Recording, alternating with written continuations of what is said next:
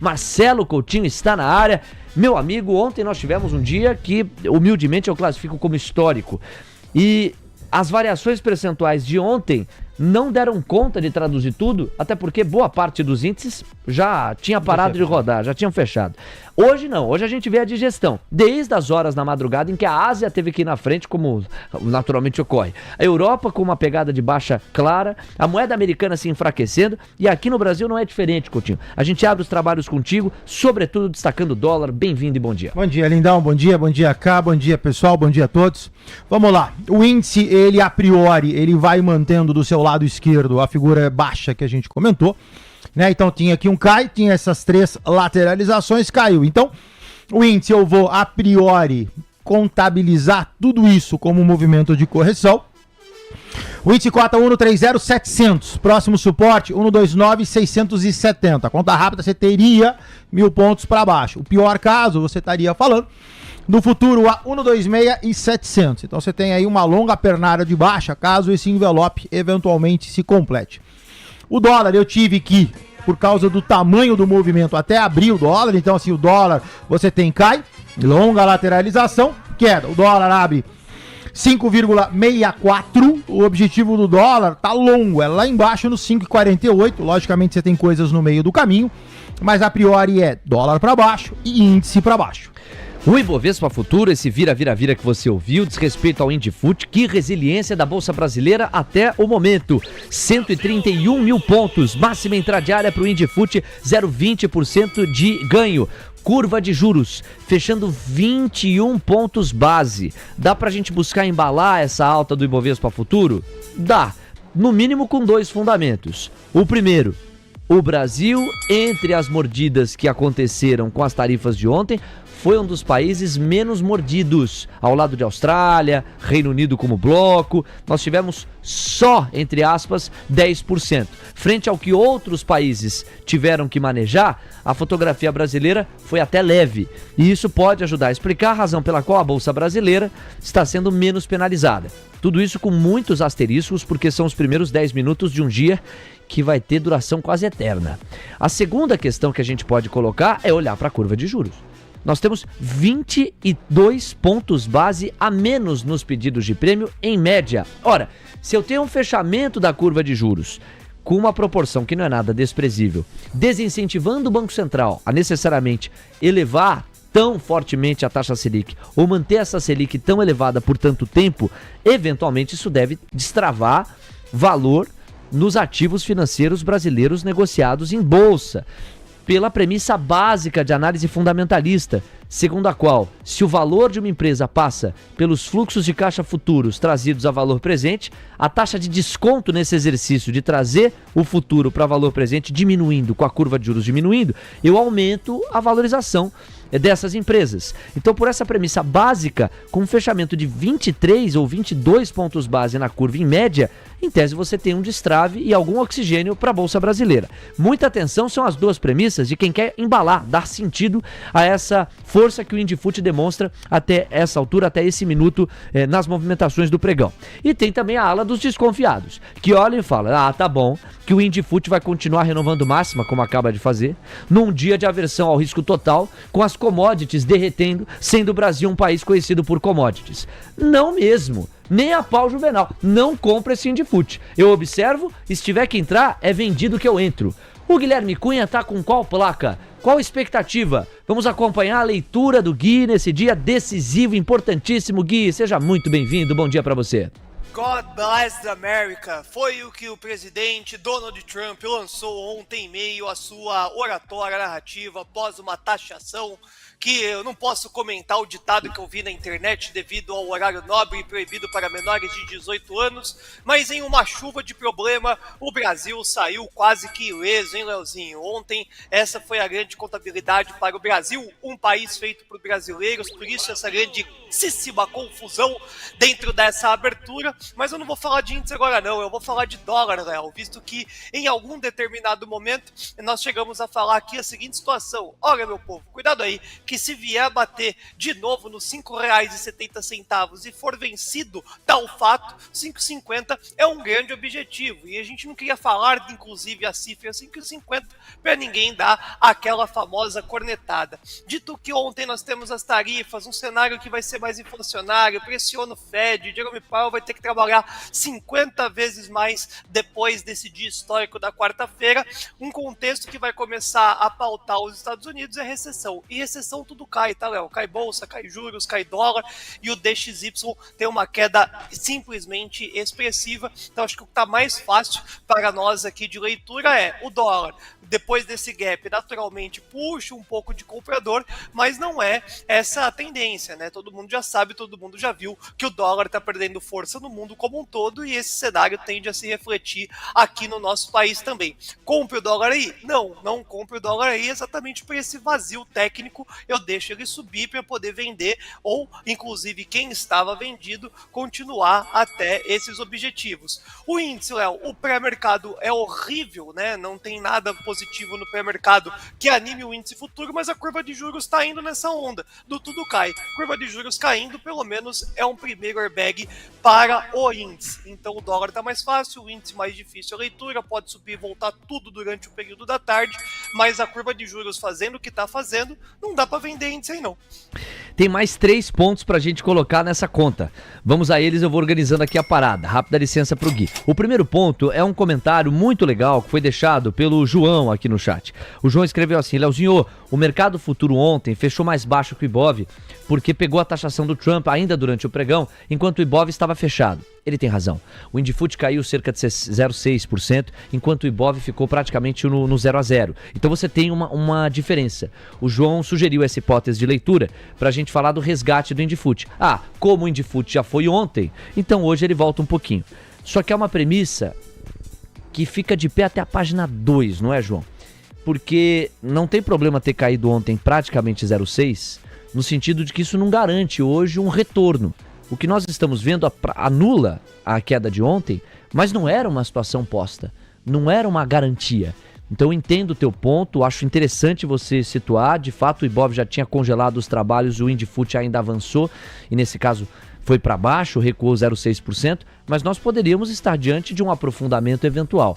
Mas é um ponto importante, tanto é que eu estou trazendo aqui, eu te agradeço pelo complemento. O segundo ponto é a gente olhar para o mundo e a gente notar que as quedas maiores, de fato, têm a ver com as bolsas de desenvolvidos. Olha só, por exemplo, olhando para a Ásia, o que a gente encontra lá no Nikkei. Queda de quase 3%. No entanto, quando você vai para a China, você vê Xangai cair menos, ou muito menos do que isso. Algo como 0,40, 0,45. Hong Kong caiu mais, é China também, caiu mais, 1,52%. A SX200 Austrália, que foi pouco taxada no relativo, tanto quanto o Brasil, em 10%, caiu muito menos, 0,94%, não chegou a 1% de queda. Ainda assim, são quedas atrás de quedas, você não tem exceção, ó. E o Brasil, neste momento, é uma exceção. Pré-mercado americano, só queda. Fechamento na Ásia e Oceania, só queda. Vamos para a Europa, Léo? Só queda.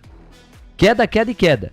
Quando você olha para o UK 100, no entanto, o que aconteceu com o Reino Unido? Foi taxado ontem ou escapou? Foi taxado. Enquanto? 10%.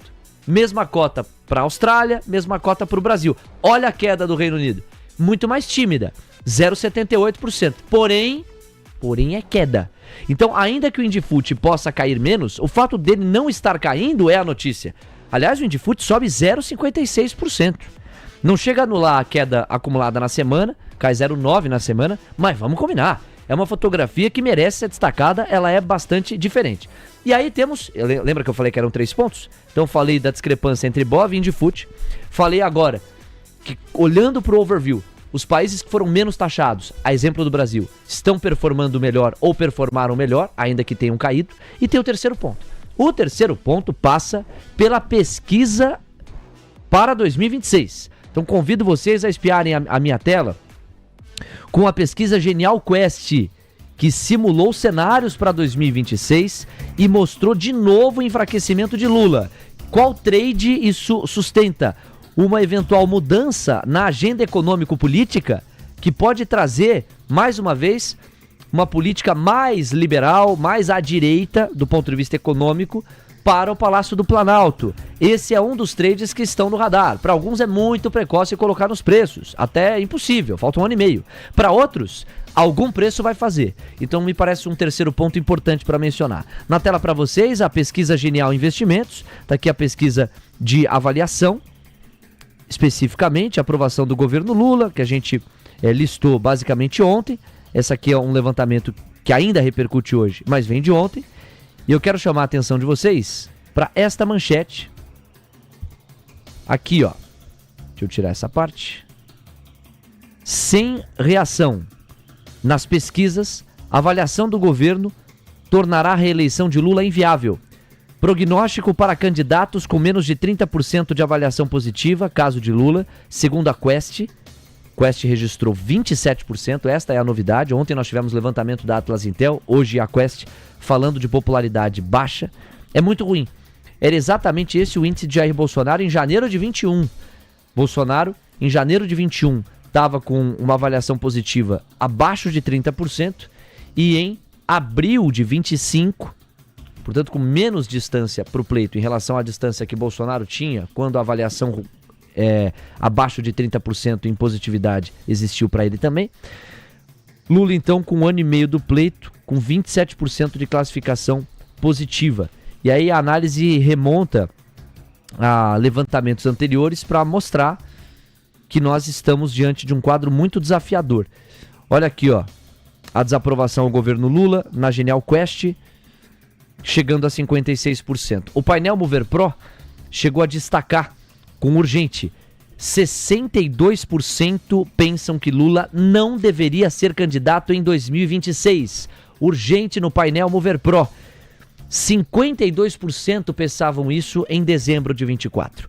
Eu vou repetir. Em cada 100 brasileiros, mais de 60 entendem que Lula não deveria ser candidato em 2026. Antes, 52% dos brasileiros enxergavam isso. Então, Gui, eu volto com você justamente nesse contexto de mais um aspecto que pode destravar valor para quem acredita que o enfraquecimento de Lula flexibiliza a agenda econômico-política com vistas a 2027, a ser celebrada em 2026, no pleito e na urna. Traz um pouco do seu olhar no momento em que o Indifut segue firme no 0,50% de alta e o dólar vai renovando mínima R$ 5,633. É você, Gui. Dolinho é a nossa paixão, né, Leozinho? Mas vamos então comentar não só a pesquisa Quest, mas o como isso está refletindo naturalmente no contexto do índice. Pode ser uma coincidência ou não, mas a curva de juros está muito mais agressiva para baixo do que o esperado e também o contexto convencional. Acho precoce a gente estar falando de pesquisa fazedora de preço pós um tarifaço de Trump, com bolsa subindo 0,60 totalmente contra tudo e contra todos. Porém, pode fazer uma ajuda na curva de juros, que é o principal reflexo do apetite a risco, né, o que pode vir a traduzir nesse fluxo para a nossa bolsa. Então, pesquisa Quest, ok, eu acho que já colocamos o Lula quase que fora das eleições de 2026, mas a gente nem sequer tem ainda o cenário dos nomes. Então, é só o enfraquecimento do atual presidente onde tem uma alavancagem, principalmente no cenário fiscal. Ponto de número 1, aonde ajuda, a curva de juros estaria caindo de qualquer jeito. Eu acho que esse é o X da questão, mas intensifica essa movimentação e é o que sustenta o índice em um patamar um pouco mais forte. Porém, eu já coloco uma situação de número 2. Nosso ouvinte foi muito bem no seu comentário, essa distorção não faz jus, não é um cenário convencional, e às 10h30, quando começar o fluxo estrangeiro, a gente pode ter aquela chapuletada, principalmente o peso da commodity organizando a casa aqui dentro do nosso país. E aí a gente fica sempre tentando achar uma justificativa para tal fato. Acho que o original do dia de hoje é Brasil se beneficiando do contexto do fechamento de ontem. A pesquisa empurra ainda mais o cenário da curva de juros para baixo, colocando o índice ali num cenário, entre aspas, do 0 a 0 dessa contabilidade. 10h30, a hora da verdade surge e a gente pode ter um reflexo um pouco mais desgastante. Dólar para baixo, não tem o que fazer. E eu tô lendo aqui mais detalhes da pesquisa, a gente vai precisar fazer uma separação. Uma coisa é o brasileiro que é perguntado sobre se Lula deveria ou não ser candidato. E aí a variação percentual é uma notícia importantíssima, 62% deles, brasileiros, portanto de todos nós, entendendo que Lula não deveria ser candidato. Esta é uma verdade. Há uma outra verdade, que eu passo a ler para vocês agora também. Lula empataria com Bolsonaro, mas venceria todos os outros candidatos num eventual segundo turno em 26. Lula teria 44% contra 40% de Bolsonaro em eventual segundo turno. Portanto, na margem de erro, há um empate técnico entre os dois. Porém, Lula teria 44% versus 38% de Michele Bolsonaro. 43% versus 37% de Tarcísio de Freitas. 42% versus 35% se em disputa contra Ratinho Júnior. Portanto, ainda que uma maior parte ainda dos brasileiros enxergue que Lula não deva sair candidato, outra coisa e outro cenário, outra caixa, outra verdade é se Lula está entre as opções. E o que as evidências sugerem é que Lula vence todos, exceção feita a Bolsonaro, com o qual empataria tecnicamente. São levantamentos e projeções da pesquisa Genial Quest. Então é importante entregar essas duas verdades para você que está aí do outro lado. Nós temos 9 horas com 18 minutos. 22 pontos base a menos na curva de juros. O dólar em R$ 5,641. O índice futuro avançando. Coutinho, voltamos com você. Dólar e índice. Vai lá, meu garoto. Bora, pessoal. Gráfico intraday, 4 minutos na tela. Para quem não viu, essa movimentação aqui extremamente longa é o movimento durante o tarifaço, né? Então você vê aqui o tamanho dos candles. De qualquer forma, agora, o que a gente tem? A gente tem um longo canal entre 130 e 132, e aí você vai falar 2.000 pontos no intraday. É o melhor canal, é a melhor figura gráfica que eu tenho, é um canal de 2.000 pontos no intraday. Então assim, a gente está na parte inferior, a gente tem uma toada baixista, a priori o índice desacelera, essa desaceleração começa a montar um pivôzinho de baixa, mas eu ainda acho muito cedo, iria com cautela. Quando eu vou para o dólar aqui também, essa parte superior aqui é toda a oscilação do dólar durante o tarifaço.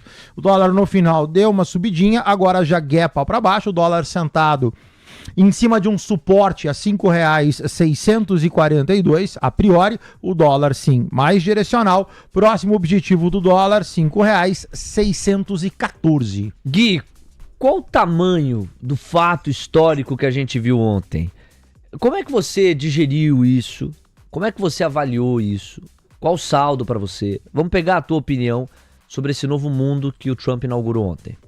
E para mim, ontem foi um dos maiores que a gente pôde presenciar, sei lá, na última década, né? Então nós tivemos um cenário que mexeu muito no mercado financeiro, que foi a Covid-19 no ano de 2020. Então esse cenário respingou diversas consequências também econômicas dentro do mundo afora.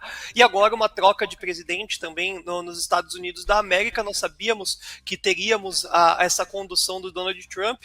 Parece que deu uma aliviada ontem, né? Então acho que aquela turma aqui em janeiro estava comentando que o Trump poderia dar uma dilmada, né, uma diminuída aí na pressão.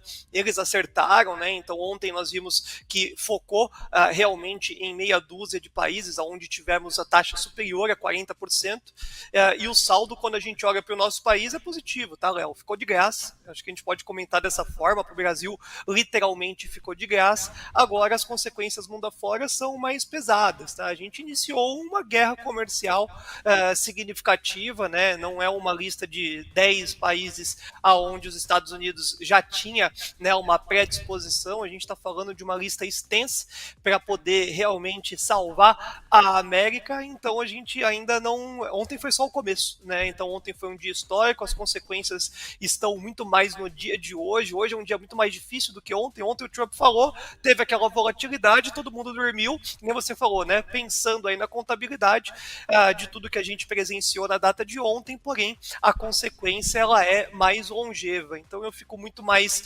olhando para uma próxima discurso do Fed, né? O que ele vai aprontar, como é que ele vai conduzir esse movimento inflacionário, as consequências. A gente estava falando ontem, né? todo mundo na dúvida se S&P para cima, S&P para baixo, 5.400 pode ser que fique ainda um cenário intermediário, não um fundo do poço como nós estávamos falando. Então eu acho que a consequência inicial para o mercado financeiro é tudo para baixo, eu acho que é um cenário bem atritado, e vamos esperar que essa guerra comercial não escale para um cenário além das finanças propriamente dita. Temos 9h22. Retaliação. Opa, retaliação. Camila Nascimento, informação. O Reino Unido publicou uma lista indicativa de produtos potenciais a serem incluídos em qualquer resposta tarifária do Reino Unido às tarifas dos Estados Unidos. É uma lista de mais de 400 páginas, mas o Reino Unido faz uma ressalva de que a inclusão de um produto na lista indicativa não significa necessariamente que o produto vai aparecer em uma resposta tarifária do Reino Unido. Léo. Daqui a pouco o Alexandre Cabral ao vivo conosco. Vamos entender como é que o professor enxerga os movimentos de Trump. Outro highlight que acaba de sair também em plataformas de notícia, especialmente Financial Juices, é a seguinte: secretário de Comércio dos Estados Unidos, Lutnick, destaca: não acredito que haverá qualquer isenção. Não será eficaz para países retaliarem as tarifas de Trump. É uma ameaça contra os países que, através de medidas retaliatórias, buscarem responder Trump, Estados Unidos e a política tarifária apresentada ontem. Daqui a pouquinho tem o Alexandre Cabral, outras vozes que vão chegar para você não perder rigorosamente nada e contar com a leitura, a análise e a opinião de cada uma das vozes e cada um dos personagens aqui da nossa cobertura. Temos 9h23. Gui, o que eu ia te perguntar é: qual é a palavra que você usa para classificar essa alta do Indifut? É uma alta consistente? É uma alta traiçoeira? É uma alta desconfiada? É uma alta de qual natureza? Traiçoeira é uma palavra interessante aí pra gente pautar esse atual cenário do índice futuro. E, Léo, acho que sinceramente às 10h30 é o grande pedágio que esse Indifut pode ter. Eu não estranho, de novo, né, pela curva de juros. A curva de juros é a mãe de todos os mercados, então independente do que estiver acontecendo no cenário de notícia, a gente tem volatilidade, mas a condução é um reflexo dos juros, né? Ali comanda câmbio, ali comanda ativos de risco. Então é traiçoeiro porque não faz sentido algum, né, quando a gente olha principalmente o combo mundo mais commodity.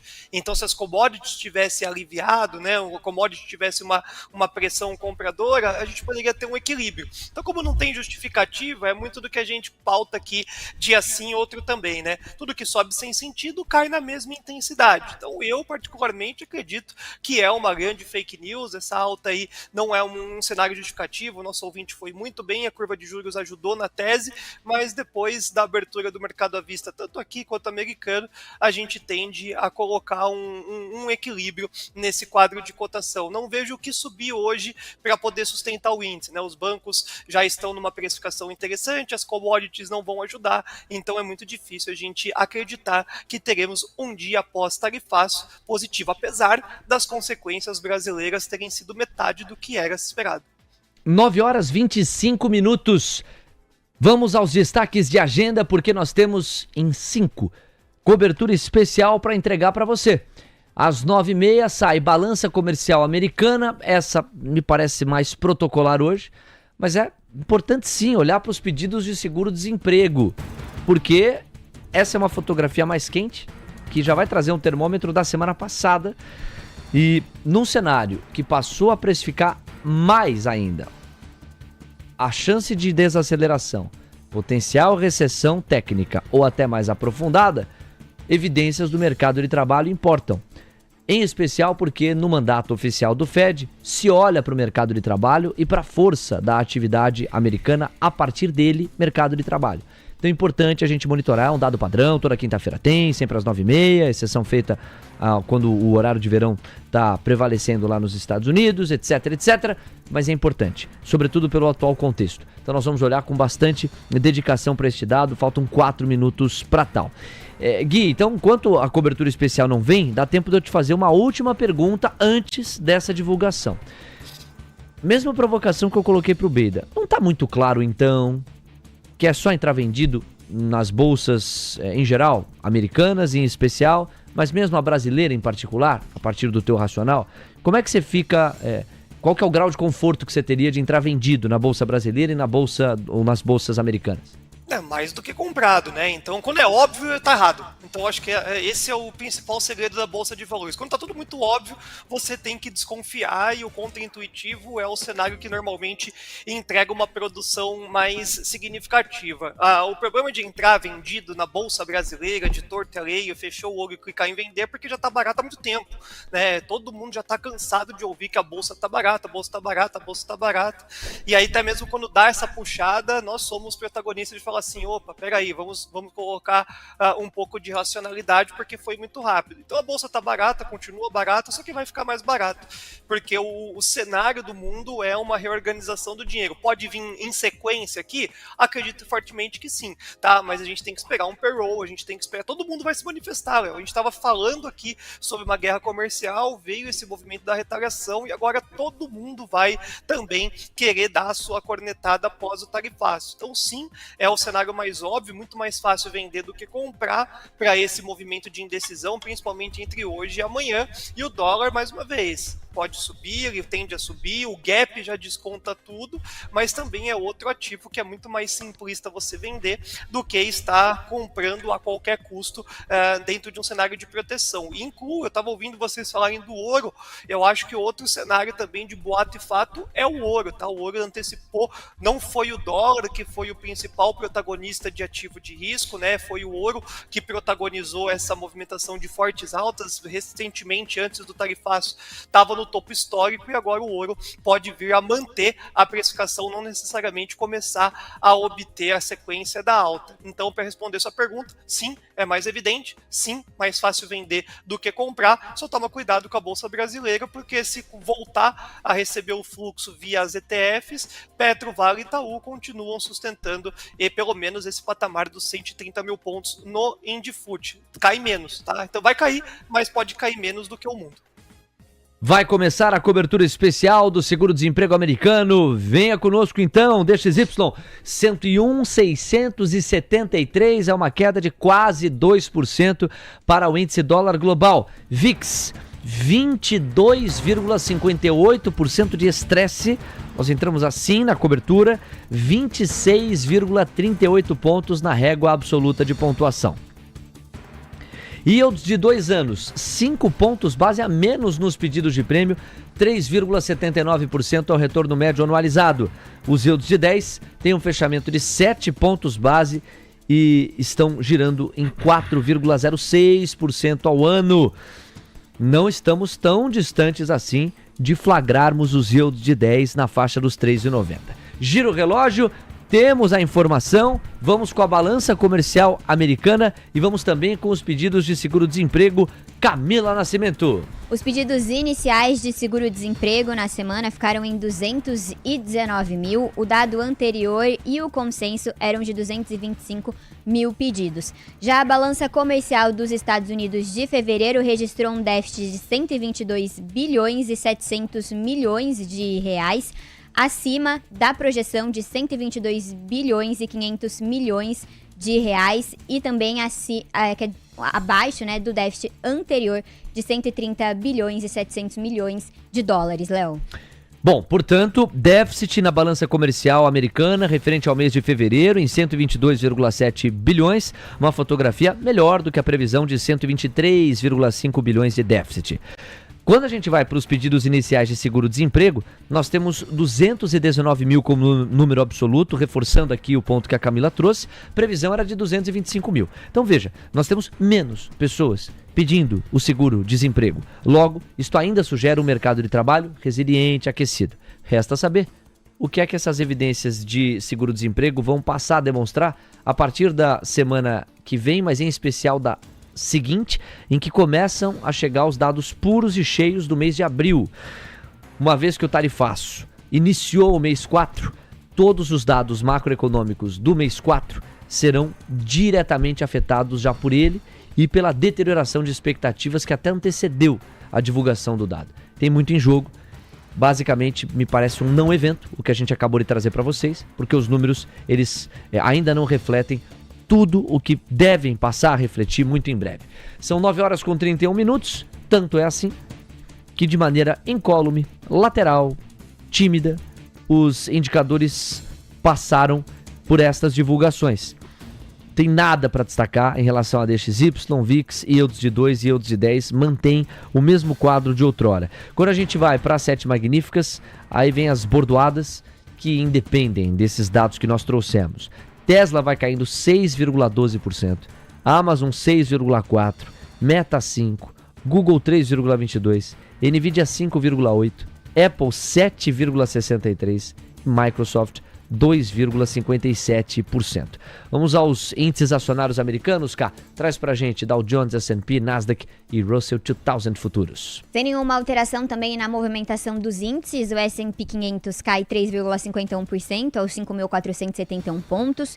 Dow Jones perde 2,76% aos 41.060 pontos e Nasdaq registra perda de 3,92% aos 18.807 pontos. Vamos dar uma olhada também no Russell 2000, índice de small caps, que cai 0,90% aos 1.946 pontos. Léo. Guilherme Cunha, meu parceiro, vamos para o seu destaque final depois desses dados americanos. Traz pra gente a sua leitura, deixa o seu recado, ancora um pouco o nosso trader investidor que tá aqui e é sempre bom tabelar contigo. Diga aí. Um dia especial, muito obrigado pela palavra, inclusive de ouro no DXY, viu, Léo? Eu acho que apesar do não evento, uma não volatilidade em meio ao dado, olha aí, meu Deus do céu, o DXY saiu do 104 ontem, estamos abaixo do 102, uma queda quase de 2%, há muito tempo não víamos algo parecido com isso sobre o câmbio. Acho que é o primeiro grande indício do que ainda está por vir durante um dia tão forte quanto o pós o tarifaço. Então eu continuo muito mais de olho no dólar, eu acho que ali está a notícia e a facilidade. Todo o respiro de hoje nós tivemos 2 candles verdes, 3 aí agora, né? Candles verdinho, basicamente para chamar comprador, não está nem dando indício de uma possibilidade de fechamento desse gap, né, dessa abertura que nós tivemos. Então é um dólar, uma grande notícia mundial, né, que está perdendo força frente a todas as moedas. Agora a gente olha para o índice a partir das 10/10:30. Então um índice muito difícil por agora, vira realmente uma grandíssima loteria e para mim a grande visão está no dólar, tá? A notícia vai ser o fechamento abaixo dos 5,70 e a depender de onde for o ajuste diário do dia de hoje, às 16 horas, já estamos olhando para um patamar mais próximo dos R$5,50. Não é mérito brasileiro, é de fora para dentro, então por isso que a gente tem que separar as caixinhas na hora de colocar o mercado financeiro em pauta para o curto espaço de tempo. O externo está fazendo muito mais barulho e preço, obviamente, do que o interno. Dólar para baixo, Bolsa Mística, 10 horas e 30 minutos, já temos um portal aí para a Bolsa Brasileira. Cuidado, trader! Beijo no coração de todos. Beijão, Gui. Arrebentou. Obrigado. 9 horas com 35 minutos. Coutinho, dá uma olhada no gráfico do VIX e do DXY pra gente, por favor. O VIX é o índice do medo, colado à volatilidade implícita das opções relacionadas ao S&P. 24% praticamente de alta, 26,48 pontos na régua de medição. Tô até curioso para ver o desenho gráfico aí, se você conseguir fibar pra gente. Vai lá, Coutinho. Olha só, Léo, vamos lá, pessoal. Recordar e viver. O VIX, ele é... Deixa eu tirar o zoom. O VIX, ele é um grande canal. 23,20 é o nosso ponto do tá estressado. 28 significa tá estressado ultra high. Então a gente tá aqui agora, vínhamos caindo. O VIX deu uma viradinha, ficou ali durante 3 dias nessa região do 23 e hoje abre a 26 e 26,50. Então o que a gente tem? Se eu for ver o canal, permaneço ele lateralizado, agora acima de 23, abaixo de 28. Se você pegar e falar, bom, e se eu quiser colocar um fibo para ver até onde vai essa movimentação?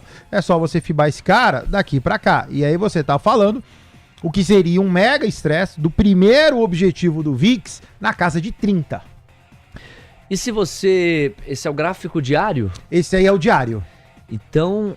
A terceira tá bem longe ainda, eu achava que com uma pancada de 23%... Nada. Olha só, o movimento é grande, a terceira é 37. Nossa. 29, 32 e 37. E DXY? DXY também deu uma bela de uma esticada, olha só. O DXY ficou aqui, cai, lateralizou, cai, lateralizou, cai, lateralizou, caiu. Então, o DXY agora em 101,78, ancorado em cima da terceira linha, eu já tenho uma nova figura gráfica, ou seja, esse fibo aqui, na verdade, eu já posso, inclusive, sumir com ele e traçar um novo fibo. Então, o que era 101, que a gente poderia considerar fundo, a gente tem agora mais que seria 100,84, ou seja, tem mais espaço para desses Y cair. 9 horas com 37 minutos. China. Tá na hora da gente conversar com o Alexandre Cabral, ou tá quase na hora. A Camila Nascimento tem um destaque de China, pois não, Cá? A Fitch Ratings rebaixou a China para nota A, perspectiva estável, e também fez algumas atualizações nas projeções. A Fitch prevê que o déficit do governo geral da China vai aumentar para 8,4% do PIB em 2025. A projeção anterior era de 6,5%. E também disse que o rebaixamento reflete as expectativas de um enfraquecimento contínuo das finanças públicas da China e uma trajetória de rápido aumento da dívida pública. A Fitch reviu também o PIB para o país. Agora a previsão é de aumento de 4,4% em 2025. A previsão anterior era de uma alta de 5%, Léo. Obrigado, Cá. E me parece que fica num segundo plano de precificação e de gestão diante do que está na primeira prateleira, na ordem do dia, que é, aí sim, a gestão do tarifaço de ontem.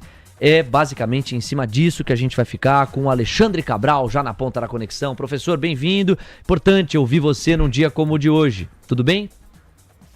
Tudo bem, graças a Deus, de paz. Fogão perdeu ontem, Mengão hoje ganha, tá tudo tranquilo.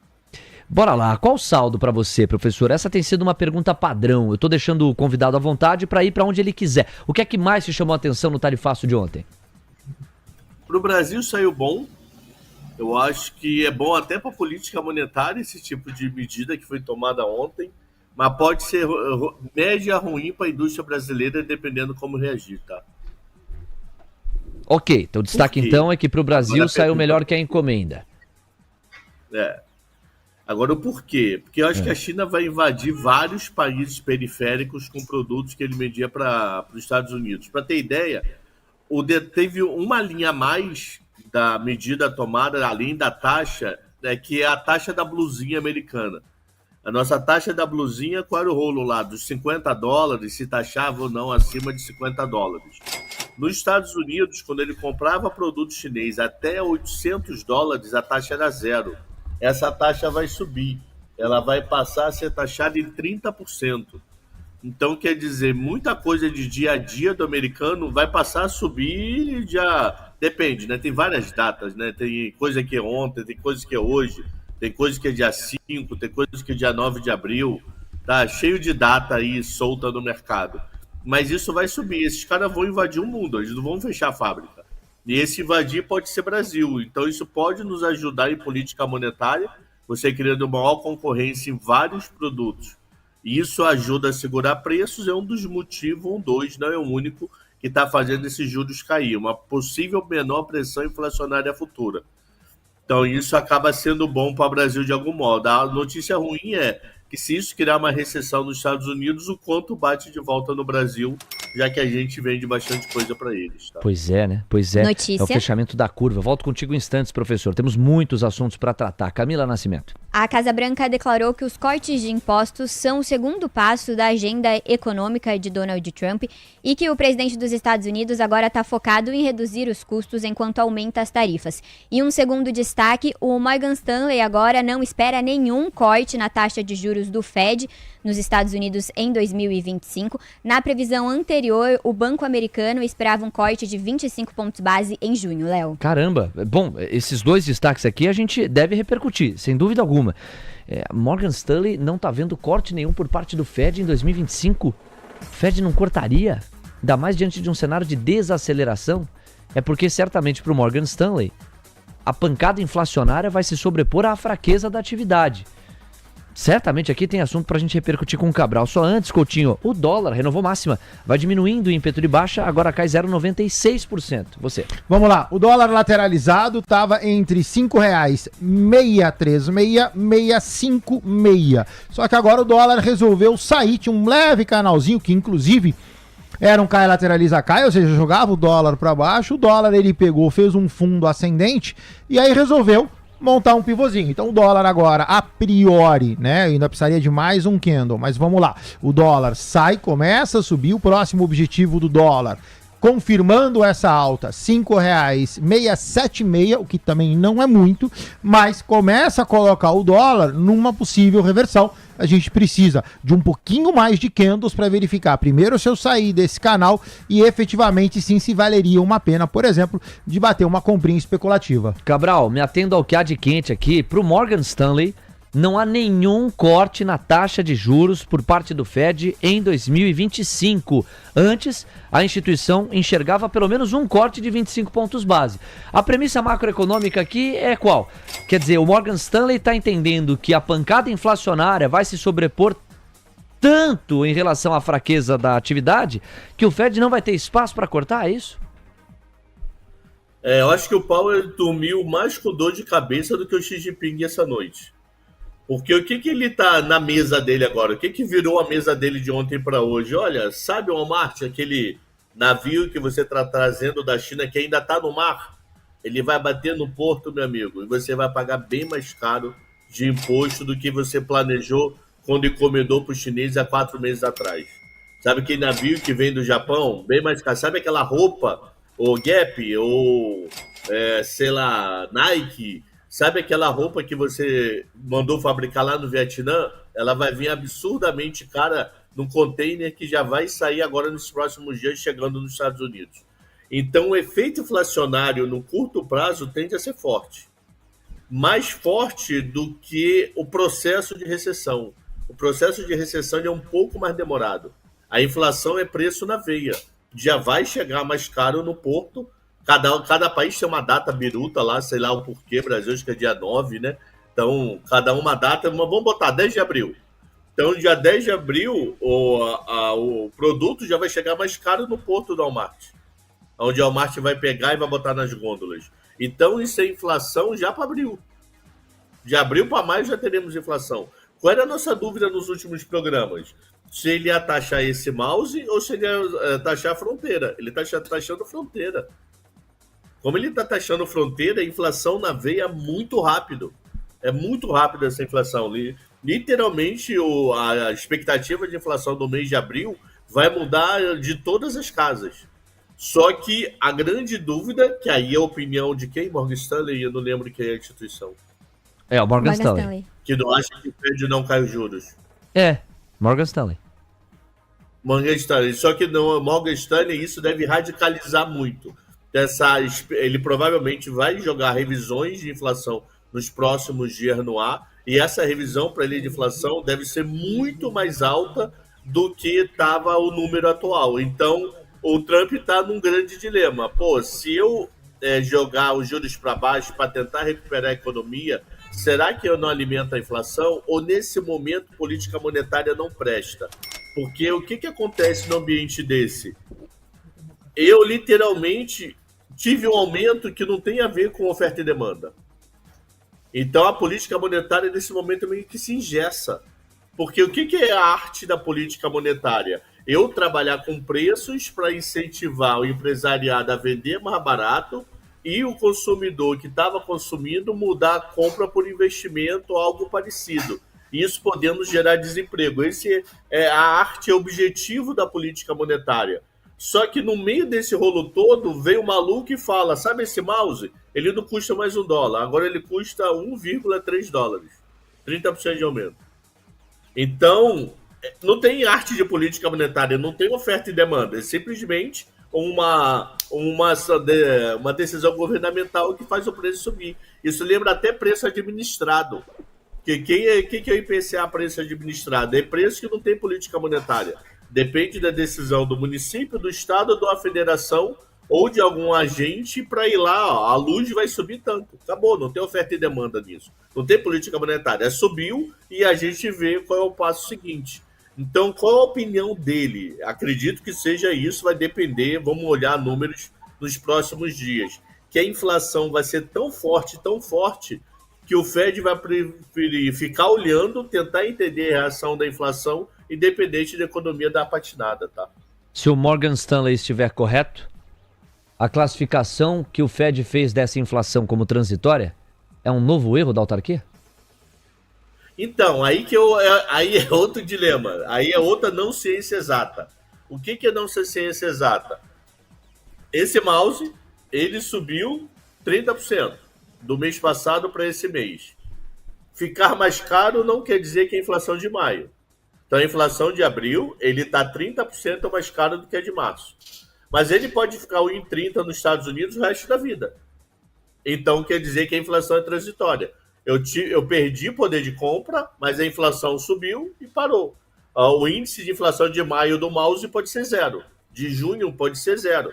Ele vira um pico grande em abril e para. Agora, a dúvida é que não tem resposta para isso simples, como diz o Banco Central Brasileiro, adora falar, não tem relação mecânica, é qual o efeito cascata dessa decisão. Pô, se aumentou o mouse para, sei lá, 30%, então significa que quem vende teclado e mouse junto vai aumentar 22%, quem vende teclado, mouse e micro junto aumenta 10%, escolas de informática que depende do mouse dos seus alunos vai aumentar 10%. Eu estou dando um exemplo simplório para poder dizer que a grande dúvida não é só a pancada, é como é o efeito cascata dessa pancada. Eu acho que o Morgan Stanley, embora não tenha lido aqui o posicionamento, está passando de maneira muito apressada pela premissa da desaceleração da atividade, quando sugere que o Fed não tem espaço para corte no ano. Porque no curto prazo, você projetar mais inflação é uma obrigação. E no curto prazo, enxergar o Fed desconfortável para cortar juros também me parece uma obrigação. Agora, a projeção é até dezembro de 2025. E sob a luz do que a gente já viu de anúncio ontem, olha o que as commodities estão contratando. Olha o petróleo caindo mais de 6,33%. Isso é desinflacionário, ok? Mas assim, a desaceleração da atividade econômica global passa a ganhar um novo patamar. Não me parece que essa projeção abarca isso. E boa parte das instituições que eu li se posicionando desde as primeiras horas da noite de ontem já sugeriam muito mais um cenário de estagflação e uma atualização da modelagem com esta nova realidade que Trump inaugurou. E me parece que o relatório ele passeia muito timidamente por um cenário de desaceleração, professor, que vai ser difícil contornar. Qual que é o tamanho da desaceleração que você hoje consegue antecipar para o nosso público, a nível global e americano em particular? É muito chute. É muito chute pelo seguinte. O que está tendo sob discussão na carne brasileira, que isso vale para vários exemplos? A carne brasileira, ela tem um acordão junto com mais 9 países, então 10 países se uniram e bateram na porta dos Estados Unidos. E falaram o seguinte, olha, se eu entregar até X mil toneladas mês, eu não tenho imposto. Acima de X mil toneladas mês, você me taxa. Então significa que nós temos, qual o termo que eles colocam? Uma cota de isenção. Então significa que até um certo patamar, ok, segue a vida, você não paga nada de imposto para entrar nos Estados Unidos. A partir de um certo patamar, você paga. Hora nenhuma foi falado de cota de isenção ontem, pelo que eu estou lendo dos relatórios de hoje. Hora nenhuma. Então a dúvida é, caiu cota de isenção geral? Não caiu cota de isenção geral? A Austrália está dando a entender, olha só, você não falou nada de cota de isenção. Então por que você está me taxando? Eu estou dentro da cota de isenção. Ou você falou, está me dizendo que a partir de agora não tem mais essa cota.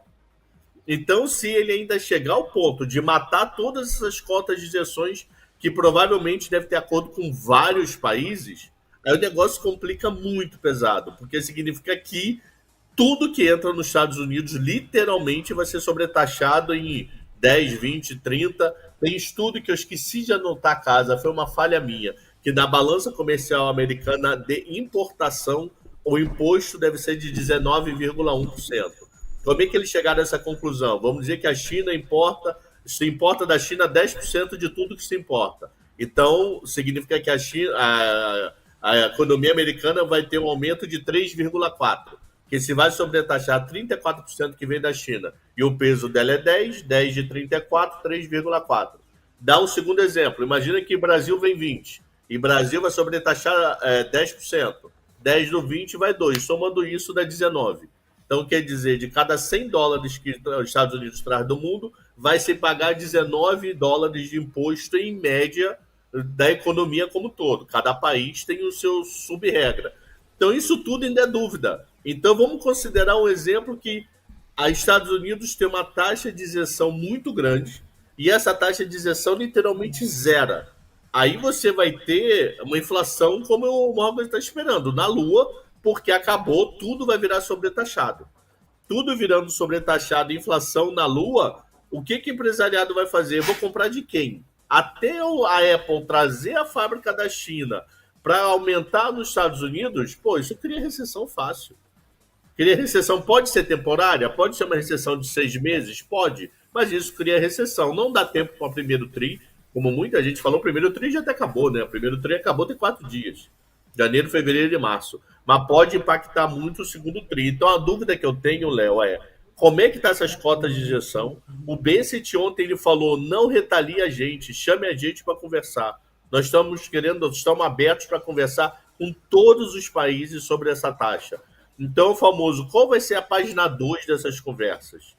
Brasil vai querer conversar ou vai falar, não, 10% tá bom, vamos atrair o mundo para a gente e ver o que acontece. Então, eu acho que tem muita dúvida, vira muito chutômetro. Eu te digo, se cair cota de isenção, e se isso for importante para os Estados Unidos, só para resumir, e sobretaxar tudo, eu consigo ver a economia bem complicada aí nos próximos 6 meses nos Estados Unidos. 9 horas 53 minutos, o Ibovespa Futuro virou. Passa a atuar no campo negativo, 130.615 pontos, a marcha Red 0,10%. O dólar está caindo 1,20%, voltou a dar uma encorpada na pegada de queda.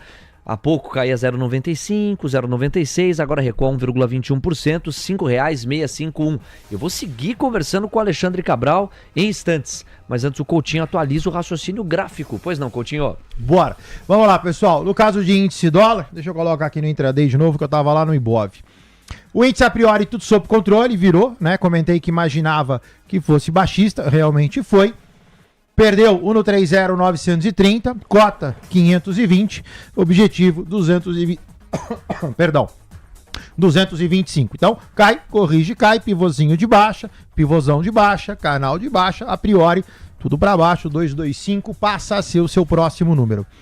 No caso do dólar do lado direito, o dólar, o que eu comentei, né? Ele ameaçou subir, falei que precisaria de um pouquinho mais de candles para ver se efetivamente ele fosse. Caso sim, seria R$ 5,676. Não foi. O dólar já virou, volta para dentro do canal, fico de lateralizado com essa restrição R$ 5,656 em cima, 5,636, muito 6, né? Você tem 30 pontos de gap, vamos falar assim, fica mais fácil.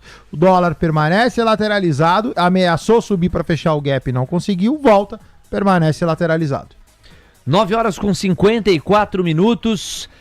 A Camila Nascimento há pouco trouxe não só a revisão por parte do Morgan Stanley sobre o espaço de corte de juros que passa a inexistir para o Morgan em relação ao Fed, como também a Camila trouxe outro highlight, segundo o qual haverá um deslocamento da agenda econômica americana a partir de agora. Depois do tarifaço colocado, a ideia é que haja redução de impostos para o setor produtivo.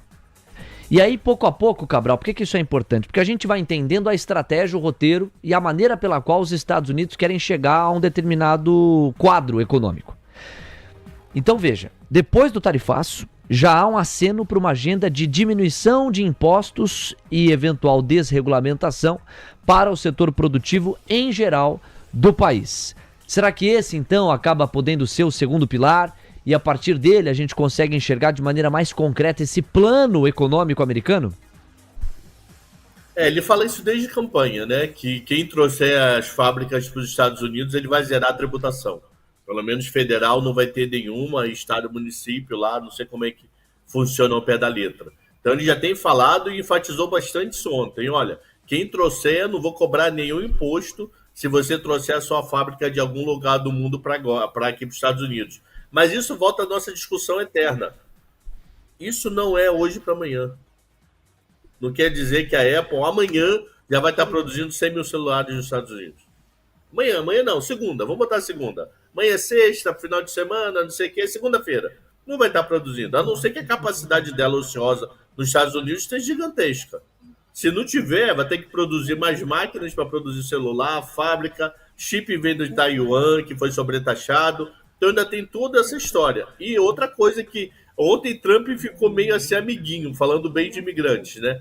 Então os imigrantes vão nos ajudar a crescer os Estados Unidos. Vai ter mão de obra, Léo.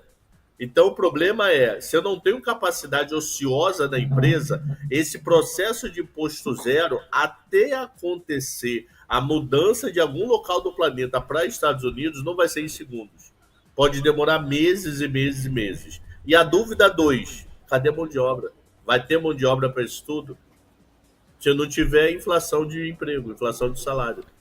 E para a gente ser preciso, a declaração da Leah Witt, secretária de imprensa da Casa Branca, foi: os cortes de impostos são o segundo passo da agenda econômica de Trump. Por isso que eu envelopei a pergunta assim para o professor.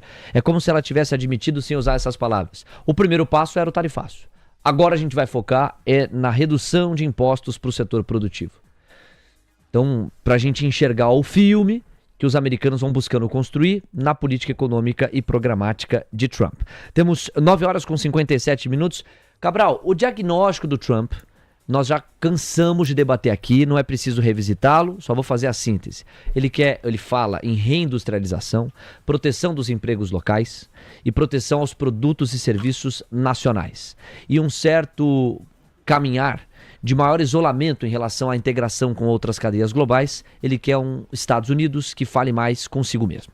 Ok, esse era o diagnóstico, porque entende ele que os Estados Unidos vêm sendo isolados, que os Estados Unidos vêm sendo roubados, uma das expressões que ele usa no pronunciamento de ontem, por outros países que se aproveitaram dos americanos ao longo dessas últimas décadas, algo a que ele colocou uma transformação ontem, através do tarifaço. Então esse é o diagnóstico, é a dor e o que ele quer solucionar. Aí vem o método. Aí vem a maneira pela qual ele pretende atingir esses objetivos. E aí a gente cai no anúncio de ontem. Te parece que o tarifaço e a maneira como ele está reorganizando o comércio internacional ou desorganizando o comércio internacional ajuda efetivamente os Estados Unidos a atingirem o que ele, Trump, pelo menos vocaliza querer entregar? Então, é a dúvida da resposta anterior. Eu tenho mão de obra para resolver esse problema? Como é que vai ser a reação? Então quer dizer que se eu não vendo para os Estados Unidos, eu vou comprar dele por quê? Não compro do lado. Então você pode criar um bloco gigante chamado União Europeia, China, países emergentes. Será que esse bloco não vai ficar muito forte e os Estados Unidos pode sentir? Ok, dependemos dos Estados Unidos, a principal tecnologia do planeta, eu não discuto isso. A principal indústria do planeta, eu zero discuto isso. Mas será que você não pode ter uma China querendo meio que liderar não seria... O termo não está vindo à cabeça, um boicote a Estados Unidos, botando outros parceiros no radar, que nem quem ajudou a salvar a Rússia na guerra? A China. A China e a Índia estão segurando a Rússia na guerra. Então, se esse decisão do Trump não vai criar blocos, mas não blocos oficiais, não vai ter o nome assim, BRICS, não vai ter nome Zona do Euro, não vai ter nome. Ele só vai ter um processo de aceleração de parceria entre um trio chamado União Europeia, repetindo, China e países emergentes. Isso é uma dúvida da geopolítica mundial e da economia a partir de agora. O que ele pode estar pensando nesse jogo? Eu vou ferrar todo mundo de uma vez só, porque aí eu negocio mais fácil. Porque se eu ferrar a China somente, isso pode ser o pensamento dele. Ferrei só a China. A China vai lá, não ferrou os Estados da Europa, aí eu vendo para a Europa. Não ferrou não sei o quê, através de outros países eu chego nos Estados Unidos. A partir do momento que ele ferra todo mundo, ou todo mundo negocia ou cria um bloco ou se ferra.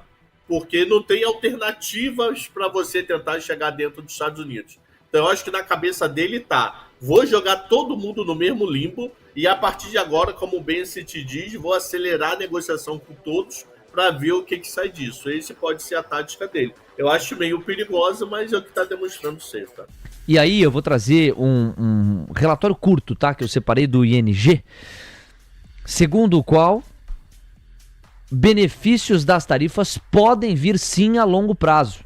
E no fundo essa foi a provocação para o professor. O que o Trump quer atingir, ele vai conseguir através desse método? Para o ING, os benefícios das tarifas podem vir a longo prazo. A dor no curto prazo parece certa. E tem quem trade esta essência aqui.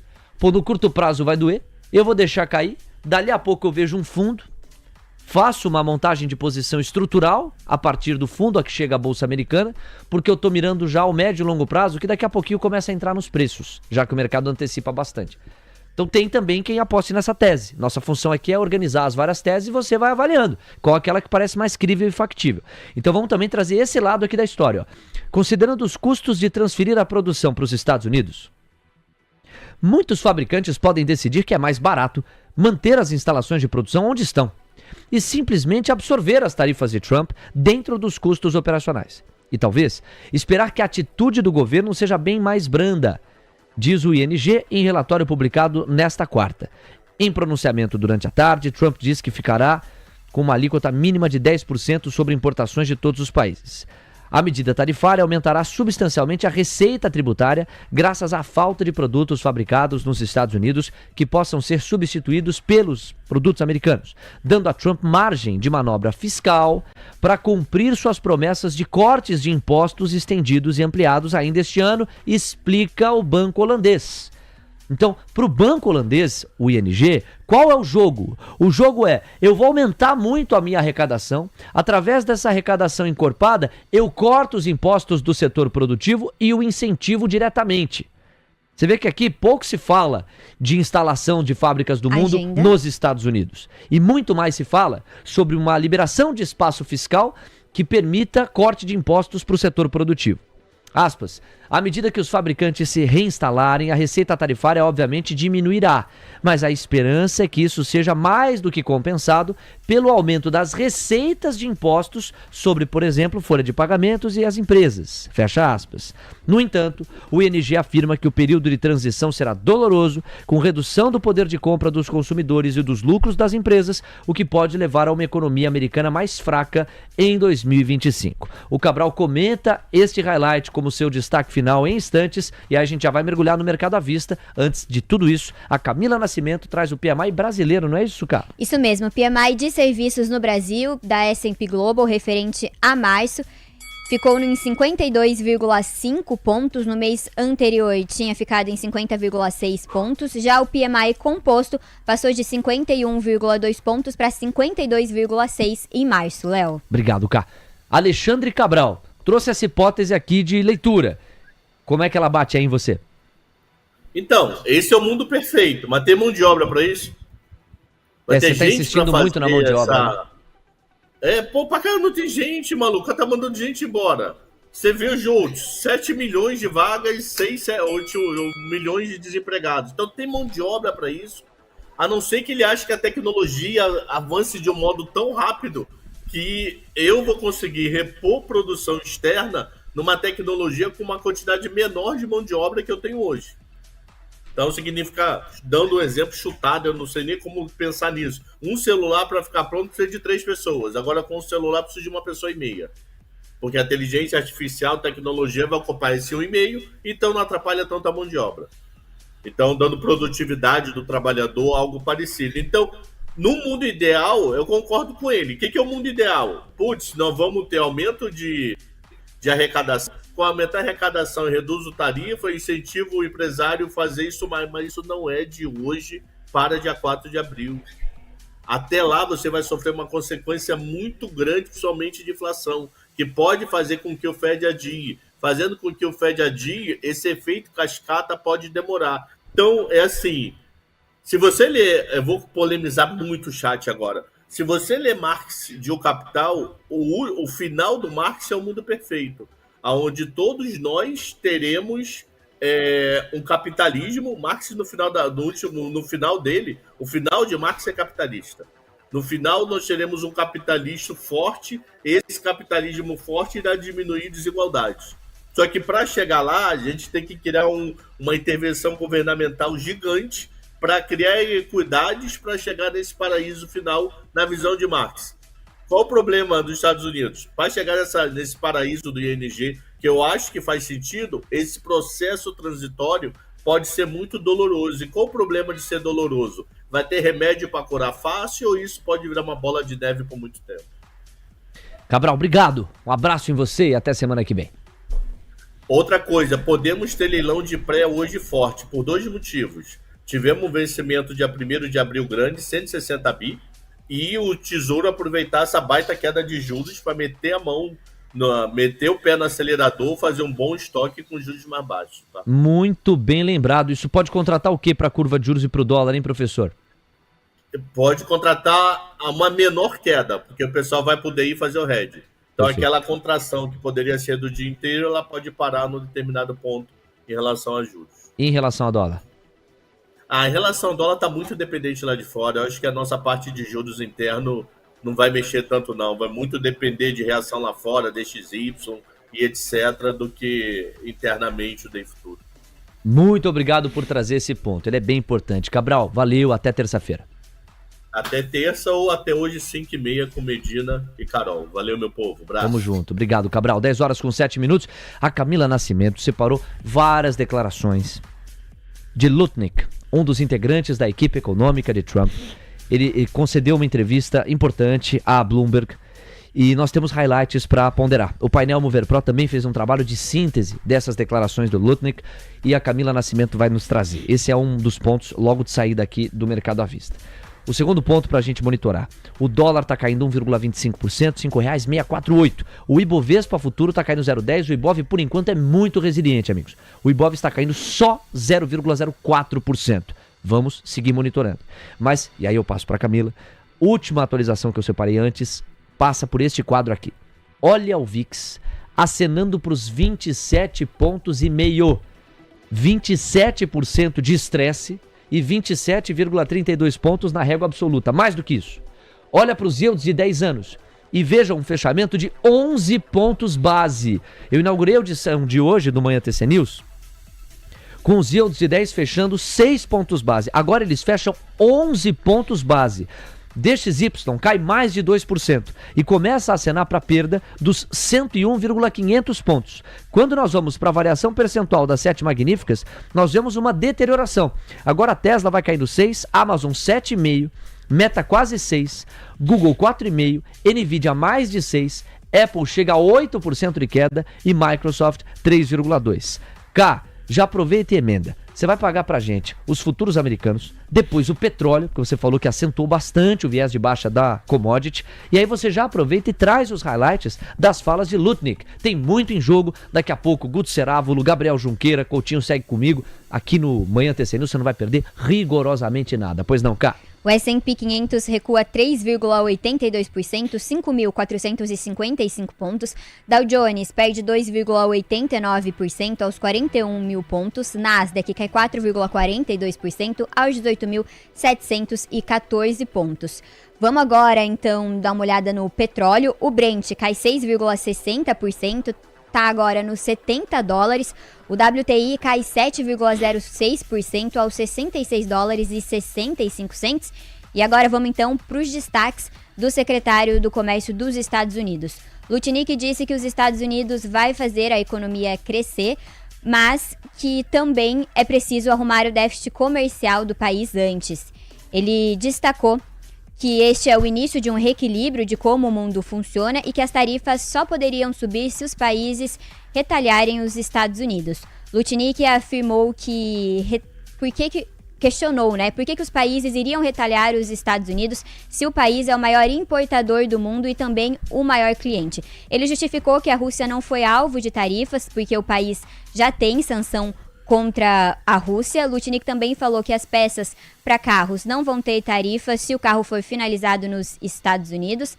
Ele afirmou ainda que a China subsidia fentanil e que está matando os americanos, o que é muito errado. Por isso, as tarifas só vão parar sobre a China, só vão cessar ou amenizar se a China parar de fazer ingredientes para o fentanil. Ele também disse que a China se recusa a fazer isso, o que é revoltante, e que a tarifa para a China cairia em torno de 20% com o telefonema de Xi Jinping para Trump sobre essa questão do fentanil. Lutnick também destacou que Trump é o maior negociador de acordos e que quer reordenar o comércio. Léo. Obrigado, Cá, pelos pontos. O que a gente vai vendo é um alinhamento natural entre os personagens do governo em meio à retórica trumpista. É natural, você não vai ver um personagem do governo indo contra a retórica do Trump. Eu queria chamar atenção para declarações do Scott Bessent, que vem sendo um nome ainda considerado pelo mercado, um nome de equilíbrio, de racionalidade econômico-financeiro, um dos maiores traders do mundo, por que não, etc e tal. Porém, boa parte do mercado viu com preocupação declarações recentes do Bessent em que ele adotou uma retórica bastante forte, bastante agressiva do ponto de vista da estratégia trumpista. Inclusive falando, não nos retaliem. Quem nos retaliar, retaliado ainda mais será. E isso também começou a entrar na matriz de precificação, porque quando você tem a espécie de ministro da Fazenda americano, que é secretário do Tesouro, esse é o cargo lá, acenando para uma retórica mais agressiva, em linha com a retórica de um presidente que tem outra posição, outra característica e outra necessidade, como é nesse caso de Donald Trump, você tem aquela ideia da racionalidade, do equilíbrio, do contraponto ao Trump, perdendo mais força de precificação. Também vale colocar isso, também é importante mencionar isso. Em relação ao Lutnick, você vê nessa coisa do, se o Xi Jinping ligar para o Trump, a tarifa cai a 20%. Do tipo, a porta está aberta para negociação. Mas, ao mesmo tempo, na postura americana, é difícil supor que os países estão convidados a um jantar de gala para negociar. A maneira como o evento foi feito ontem, em especial no caso de alguns países ou blocos, por exemplo, a Europa foi muito satirizada pelo Trump, chamou de patético o bloco europeu em vários momentos. Qual é o clima que você tem para abrir uma negociação? Em relação à China, de fato, o Trump até faz elogios a Xi Jinping, diz que gosta dele, que a China está certa, que os chineses estão certos em boa parte das suas ações, faz acenos à China, deixando o terreno aberto para um potencial de negociação maior. Mas ainda assim, não repercute nada bem entre os chineses essa mordida de 34%. E a fim de que todo mundo esteja na mesma página, eu separei essa arte aqui. É uma arte que mostra como cada país vai receber a sua mordida. Então, se a gente der uma olhada nesse infográfico, a União Europeia, você tem nessa primeira coluna aqui, as importações dos Estados Unidos, ou seja, as compras que os americanos fazem em bilhões de dólares. E aqui as novas tarifas recíprocas. Então, no caso da União Europeia, 20% de tarifa recíproca. No caso da China, 34%. Você tem que somar com os outros 20% acumulados. No caso chinês, o número absoluto final é ainda maior. Japão, 24%. Vietnã, 46%. Coreia do Sul, 25%. Taiwan, 32%. Índia, 26%. Reino Unido, Brasil, Singapura, Austrália, Colômbia, Turquia, Chile, todos em 10%, foram os menos atingidos. Suíça, 31%, Tailândia, 36%, Malásia, 24%, Indonésia, 32%. Olha a Camboja, que passa muito por semicondutores, o Rodrigo Costa destacou no Esquenta do Mercado mais cedo, 49%. Putz a vida, Bangladesh, 37%. Vamos começar a rodar a palavra, pegar os primeiros destaques, entender para onde a coisa vai aqui no Brasil. A resiliência da Bolsa Brasileira, ela foi mantida em boa parte dos primeiros minutos. Agora o Ibov cai 0,6%. Vamos combinar? Não é nada. Literalmente não é nada. Porque ontem o Ibov terminou no 0 a 0, enquanto o Ibov Futuro caiu 0,6. E o que nós estamos vendo agora é o Ibov Futuro, que já caiu ontem 0,6 no 0 a 0.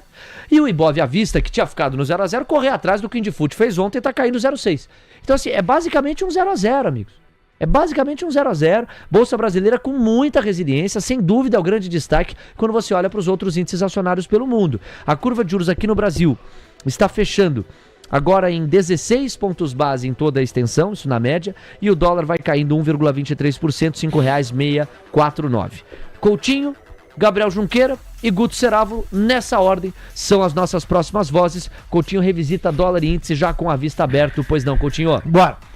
O índice futuro do lado esquerdo atingiu o 130,225, que é o número que eu tinha comentado. Na verdade foi lá, deu uma bela, deu uma beliscada e voltou a subir. Então eu tô ali já com o gráfico refeito, canalizado a 130,225, que foi o fundo objetivo traçado, a 131,547. Conta rápida, sim, a menor figura gráfica do intraday tem 1.300 pontos.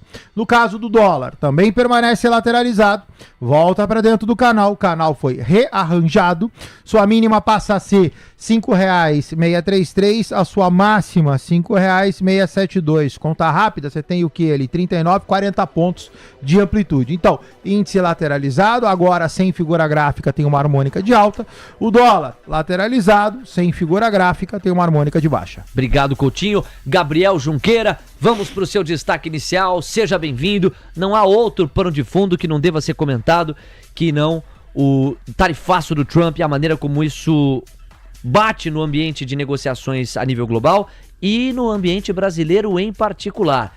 Indifute indo, hein? 0,30% de ganho. Muita calma nessa hora, a abertura de Nova York é decisiva, vai se dar às 10h30. Aí a gente vai ver o fluxo estrangeiro para emergentes. Vamos para o seu destaque inicial, pois não, Gabriel? Muito bom dia, Léo, bom dia, Coutinho, bom dia, Camila, bom dia, pessoal. Pois é, né? Então ontem a gente teve um evento que ele pode ser considerado a maior escalada protecionista desde 1930 nos Estados Unidos, né? Então as novas tarifas aumentam a alíquota efetiva de importações chinesas, de importações da União Europeia, de diversos países, e isso pode afetar drasticamente tudo que a gente está vendo no mercado, Léo. Então, de fato, foi um evento muito importante.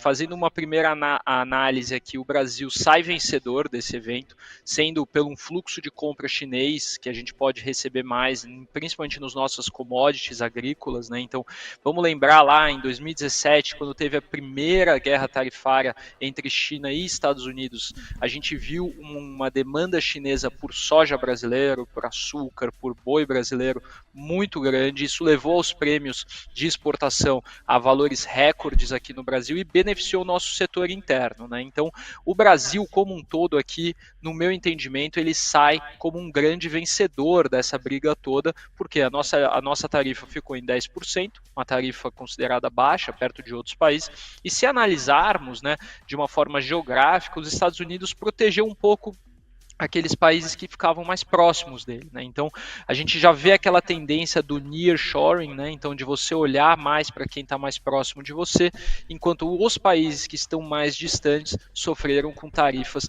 maiores. Aqui no pregão, Léo, além da resiliência do Ibovespa, né, que está realmente aqui, ó, o índice futuro apontando positivo, o índice já está 0,39, queria destacar os papéis ligados a juros, né? Então estamos falando aqui de Simpar subindo 5,41%. A gente está vendo aqui Vamos subindo 3,80%. Então, os papéis ligados a juros que estão se beneficiando desse fechamento da curva e também desse dólar mais fraco performando hoje, Léo, a gente pode ver uma boca de jacaré significativa entre o Ibov e o Small 11 hoje. 10h19. Obrigado ao Gabriel Junqueira. Vamos para a Central TC Investimentos com o Guto Cerávulo, saber da oportunidade que ele separou para hoje. Afinal de contas, tem mercado todo dia, com poeira alta ou poeira baixa. Alô, Guto, bem-vindo. Vamos lá, pessoal, muito bom dia, muito obrigado. Prazer enorme estar aqui com vocês novamente. Pessoal, eu quero buscar sempre cautela, tá? Banco do Brasil continua firme, resiliente, mas está lateralizando, tá? Não sei se vai perder suporte, cair ou subir. A cara é que tem para subir, mas você tem que se defender, tá? Então vamos lá buscar a nossa operação. Então, para quem está comprado, muito bem comprado, vamos comprar uma put, que é um direito de venda. Estou falando da BBAS, aqui ó, queijo 287. No meio do spread a 0,61, tá? Strike 28,20, com vencimento no dia 16/5. Estou falando de ficar 28 dias posicionado. Comprando essa put, se o mercado despenca, tá? O que acontece? Você tem uma perda máxima de 2,83, ó, o papel está subindo, tá? Então já está acima do strike. E aí é o seguinte, imagina o seguinte, despencou, caiu 50%. Léo, você tem o direito de vender a 28,20 e perda máxima limitada. Agora, se subir, voltar, né, a ganhar tração, você tem lucro ilimitado. Ou seja, um excelente risco-retorno, pô, maravilhoso. Bom, faca na caveira, dinheiro na carteira. E quem a faca na caveira se protege. Vamos ao pensamento do dia.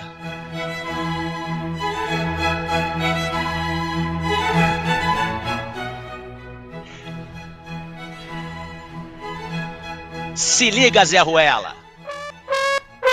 Mais é menos. Ok. Já vi que o Léo Pinheiro não gostou. Então vou melhorar. O segredo da felicidade, veja, não estar em buscar mais, mas em desenvolver a capacidade de desfrutar menos. Aê, Gutão! Que isso? Ainda num dia tenso como o de hoje, ó. Uma pílula necessária. Reflexão, nosso chat extravasando. Um abraço pro Guto Serávulo. Gostou, Coutinho? Ih, bugou, tá vendo? Uma risada gostosa. Aí, meu garoto. Às 10h22, enquanto você se recupera. Enquanto o Coutinho se recupera. Vamos lá com a Camila Nascimento. O Guto nos fez rir, a Camila vai nos fazer chorar. Não, brincadeira. É porque você vai falar que o Nasdaq incorporou ainda mais a queda. Vai chorar quem tá comprado, quem tá vendido tá sorrindo de orelha a orelha. Vai lá, cá. Olha só, Nasdaq está recuando agora 4,48% aos 18.700 pontos. Dow Jones também incorporou o viés de queda, está caindo agora 2,94% aos 40.989 pontos. E o S&P 500 recua 3,89% aos 5.450 pontos. Vamos olhar também o Russell 2000, que está caindo 1,27% aos 1.939 pontos, Léo. Olha, aqui na Bolsa Brasileira, Ibov praticamente zerando as perdas. Fascinante a gente entender para onde a coisa vai. Importante a gente monitorar a abertura em Nova York. Muito importante, 10h30 vem aí. Será que o Brasil vai acabar sendo, entre as bolsas do mundo, aquela mais interessante para o gringo selecionar, ainda que numa alocação pequena, que faz uma diferença enorme, como tem feito desde o início do ano? Ou será que o que a gente está vendo aqui é aquele drible Ronaldinho? Faz de um lado, toca para um lado, olha para o outro, dá aquela invertida e a gente vai ver a bolsa caminhar para um terreno de realização. O Indifut, com muita personalidade, tira a manguinha de fora. Já está subindo 0,6%, anulando inclusive a perda de ontem, quando começou a digerir o anúncio tarifário de Donald Trump. Certamente o Gabriel Junqueira vai aprofundar a leitura dele a respeito. Agora, Gabriel, só queria trazer o abismo que nós estamos vendo hoje, não é? Uma realização muito forte lá nos Estados Unidos, que para muita gente é apenas o início de uma realização ainda maior. Só que esse dinheiro tem que ir para algum lugar. E a Bolsa Brasileira acaba de virar. Vira para o Ibovespa à vista. O Ibov renova a máxima intradiária, 131.203 pontos. A provocação que eu deixo para você é essa, quer dizer, esse dinheiro que está saindo dos Estados Unidos, a partir do botão de venda que está sendo apertado, tem que ir para algum lugar. E o Brasil, no seu entendimento, seria um dos mais adequados? Olha, Léo, acredite se quiser, não só o Brasil, mas o índice de small caps brasileiro. O small subindo 1,30% hoje. Grande destaque para Simpar, 7% de alta Simpar. Impressionante. O setor de construção civil, um setor também historicamente ligado a juros, subindo com muita vontade. Aqui a gente está vendo Cirela, 3,77% de alta. MRV, 4% de alta. Olha, Léo, o gringo redescobriu o Brasil de novo, né? Então a gente está vendo o dinheiro sair de lá e vir para cá, índice futuro quase 1% de alta, Léo. Pega a prancha aí e avalia a onda. Avalia a onda que vai banhando as small caps. Papéis de risco muito mais elevado, mas de um potencial retorno muito mais interessante. O Gabriel assinala, se o Ibov vai subir no 0,12, small caps em geral, o small 11 traduz isso bem, vai subindo muito mais do que isso, 1,30, 1,20. Do ponto de vista do fundamento, há um fechamento da curva, que vem pelo fechamento das curvas pelo mundo, diante de uma desaceleração que descomprime a inflação e, portanto, dá mais condição para esse juro fechar. Isso, apenas pelo fundamento, já é capaz de destravar valor, porque diminui a taxa de desconto na hora que você traz a valor presente o fluxo de caixa futuro. É a premissa básica de uma análise fundamentalista. Isso o pregão de hoje já está entregando para ajudar a Bolsa Brasileira a subir. Mas não é só isso, né? Tem que ter fluxo, tem que ter interesse, tem que ter mais confiança para vir para o Brasil. Do ponto de vista interno, Gabriel, e esse é o dilema de muita gente local, né? A gente não vê nenhuma mudança de agenda econômica, de programa econômico, de questão fiscal. Temos batido nessa tecla há muito tempo.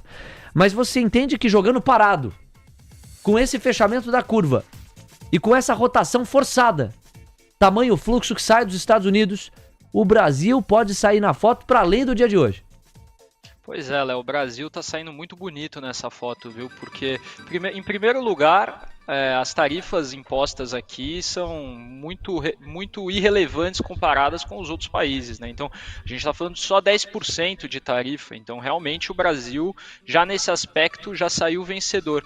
E no segundo aspecto, todo o movimento que a gente está vendo global, de realização nos Estados Unidos, fechamento da curva de juros nos Estados Unidos, realização nas commodities, e aqui a gente chama atenção, realização no petróleo, realização no minério de ferro, realização no ouro. O ouro vinha subindo muito, Léo, e agora ele está caindo bastante. Então tudo isso vem contribuindo para um fechamento da curva de juros aqui no Brasil também muito forte, mesmo que nós tenhamos aí políticas econômicas locais ainda no terreno expansionista, né? Então a gente não está falando que houve uma mudança de fundamento aqui no Brasil, porém toda essa mudança de fundamento global está afetando o Brasil de uma forma muito relevante, e assim, as empresas brasileiras, principalmente as de pequena capitalização, elas sentem demais a mudança nos juros futuros, e também são empresas que vinham negociando a múltiplos muito baixos, né? Então o Brasil, de fato, está se destacando no dia de hoje como um grande porto seguro, né? Acredite se quiser, a gente está vendo um dia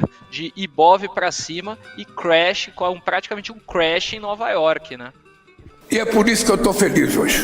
10 horas 27 minutos. Volto já com o Gabriel. Passeio também com o Coutinho por alguns gráficos instantes. Antes, aquele recado. Estamos chegando ao final da divulgação. É mais essa semana e a outra. E aí chega ao fim a campanha desta edição do TC Consórcio, um dos braços do TC Seguros, outro do TC. O QR Code está na tela para você fazer simulação, entender as taxas e, acima de tudo, avaliar se esse produto está adequado com o teu momento e com os objetivos que você traçou do ponto de vista patrimonial. Se bem usada como ferramenta, o consórcio pode ser um fiel aliado. Dá uma olhadinha no recado do Fernando Brito. Fala sério. Você já me viu aqui outras vezes falando de consórcio, mas talvez não tenha escaneado ainda esse QR Code ou clicado no link da descrição. Agora, você tem que fazer isso. Por quê? A Porto Seguro, um dos nossos fornecedores principais da operação de consórcio do TC, ela lançou uma campanha exclusiva do dia 24 de março até o dia 22 de abril, onde o cliente paga apenas 60% da parcela até a contemplação, e essa diferença é diluída no prazo restante após essa contemplação. No dia 15 de abril, estarei com o Vini Custódio no Olá Investidor para tirar todas as dúvidas que você possa ter, tanto dessa campanha quanto de outras estruturas. Então, escaneie o QR Code e nos encontramos no dia 15. Valeu, Brito. 10h29, vambora! Segue o trabalho do mercado à vista aqui no Brasil. Respira aí.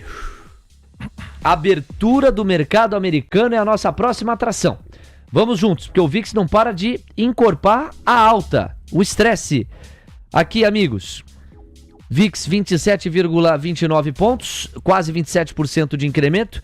Olha o DXY em 101.500 pontos, 2,09% de marcha ré. Yields de 2 e de 10 anos, recuando 9 pontos base meio em média. É assim que nós estamos. Dê uma olhada aqui, ó. Essa coluna vai sumir. Essa última coluna vai sumir. E essa coluna vai ser transportada para cá, ó. Pronto, ó, tá acontecendo. Abertura feita. Tesla cai 6,32%. 264 dólares a cotação. Amazon, recuo de 7% praticamente a 182 dólares. Meta cai 6,5%. 546 dólares. Google cai 3,5% a 153 dólares. Nvidia recua 6,38% a 103 dólares com 40 centavos. Apple está caindo 8%, 205 dólares. Microsoft recua 1,66%, 375 dólares. Seguimos de olho aqui na volatilidade e no comportamento do dólar a nível global. E a Camila Nascimento traz os índices, pois não, cá. O S&P 500 abre com queda de 3,45% aos 5.476 pontos. Dow Jones recua 2,93% aos 40.986 pontos. E Nasdaq perde 4,46% aos 16.829 pontos. O Russell 2000 cai 4,50% aos 1.954 pontos, Léo. Atenção, porque a abertura do mercado à vista nos Estados Unidos contrata fluxo para os ativos brasileiros. Máxima intradiária para o Ibov, 131.607 pontos. Por enquanto, vai acertando quem fez a leitura de que o fechamento da curva de juros em meio à queda geral e global deles, associado a taxação mais baixa pela qual o Brasil passou em comparação com outros países do mundo, 10% só, entre aspas, frente a outras mordidas, combinaria um fluxo comprador. Vai acertando quem apostou nessa tese, é exatamente o que nós estamos vendo. O Indifut galopa, vai a 1,15%, agora 1,20%, agora 1,27%, 132.430 pontos. Essa é a beleza do mercado. Para quem está comprado, para quem está vendido, não importa. É sempre fascinante ver como é que o dinheiro circula, para onde ele vai, a depender das tantas variáveis que nós temos para organizar questão de fluxo e preferência. O Ibov corre atrás do Ibov futuro. O Ibov à vista renova a máxima, 131.880 pontos. O dólar vai buscando mínimas, 1,40% de recuo. Temos R$ 5,640. Curva de juros, mínima intradiária em boa parte dos vértices, 24 pontos base a menos nos pedidos de prêmio é o que nós temos. Máxima para o Ibov à vista, 131.907 pontos é o que a gente tem para destacar. Quase 132 mil pontos para o Ibovespa à vista. Deixa eu conferir lá nos Estados Unidos se abertou. Já tem uma melhora importante, por exemplo, em Tesla. Tesla que abriu caindo 6,5, está caindo 3,7. Não vemos a mesma melhora em outros papéis na mesma proporção, mas vemos algum arrefecimento. Importante monitorar na unha as variações percentuais. O próprio VIX dá uma descomprimida. Subia 27%, agora sobe 22%. Yields de 2 e 10 anos caíam mais. Agora recuam em média 9 pontos base em toda a extensão. DXY caía mais de 2,10%, agora cai 1,9%. Tudo isso importa, amigos. 10h33. Vamos lá, rodando a palavra. Começar com o Gabriel. Gabriel abriu lá e caiu aqui? Abriu lá e subiu aqui. Se caiu o fluxo aqui, eu quis dizer. Caiu o fluxo aqui, eu quis dizer.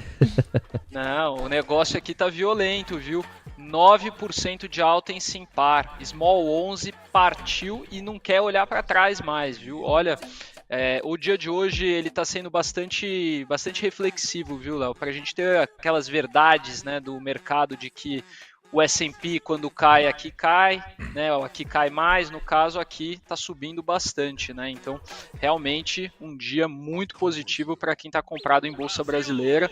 E o que está chamando a atenção é o movimento da curva de juros, movimento muito forte de fechamento. 25 bips nos vértices mais longos, por volta disso. Isso vai contratar fluxo para as empresas de menor capitalização.